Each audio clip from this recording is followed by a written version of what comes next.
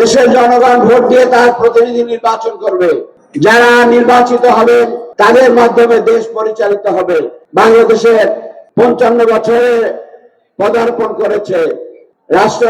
রাষ্ট্রের সরকারে বহু পরিবর্তন এসেছে, কিন্তু বাংলাদেশের মানুষ বঞ্চিত হয়েছে। 1971 সালের স্বাধীনতার পরে সোনার বাংলা স্লোগান নিয়ে শেখ মুজিবুর রহমান এসেছিলেন। তারপরে সবুজ বিপ্লবের ধারণা নিয়ে জিয়াউর রহমান এসেছিলেন। তারপরে শাহ সাহেব আসলেন নতুন বাংলা নিয়ে। কিন্তু সোনার বাংলা সোনা ফলাতে পারে নাই। সবুজ বাংলায় বাংলাদেশের সবুজের সমারোহ ঘটে নাই। নতুন বাংলায় নতুন কিছু পায় নাই। কারণ সোনার বাংলা করতে সোনার মানুষ চাই।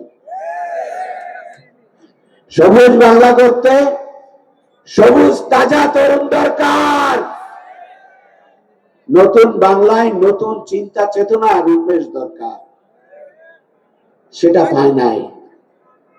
তারপরে 55 বছরে গেল 15টি বছর একটি অন্ধকার সমাজ, একটি অন্ধকার যুগ আমরা অতিক্রম করেছি।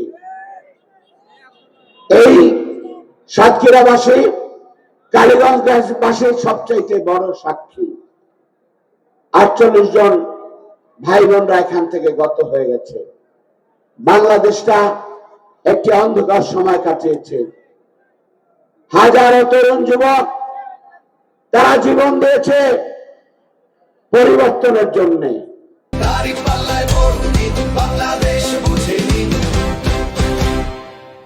1400 আমার দেশের সন্তান, আমার দেশের ভাই বোনেরা শাহাদাত বরণ করেছেন।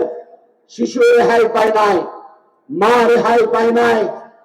আর আবু সাইদ সহ বাংলাদেশের তরুণ সমাজ রক্ত দিয়ে এই ফ্যাসিজমের বিরুদ্ধে যুদ্ধ করেছে। 30,000 আল্লাহর বান্দা, এই বাংলাদেশের তরুণ যুবক তাদের পা হারিয়েছে, চোখ হারিয়েছে, তারা পঙ্গু হয়েছে, এখনো কাতরাচ্ছে।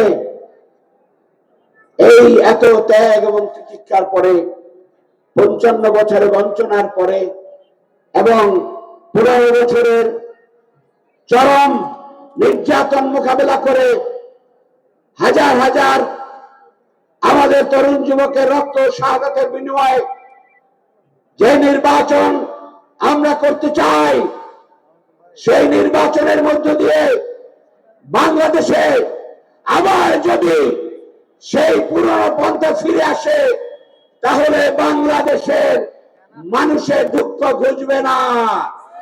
আগামী দিনের সেই বাংলা যদি ন্যায় ইনসাফ কল্যাণের বাংলাদেশ আনতে হয়, তাহলে ন্যায়নিষ্ঠ, সৎ, মানবিক, দায়িত্বশীল মানুষ দরকার। সোনার বাংলা করতে চেয়েছিলেন, সেজন্য সোনার মানুষ গড়ার কোন কারিগরি কোন প্রক্রিয়া ছিল না। সবুজ বাংলা যারা করতে চেয়েছিল তাদের সেটা কর্মসূচি ছিল না। নতুন বাংলা যারা করতে ছিল তাদের নতুনত্ব কিছু ছিল না।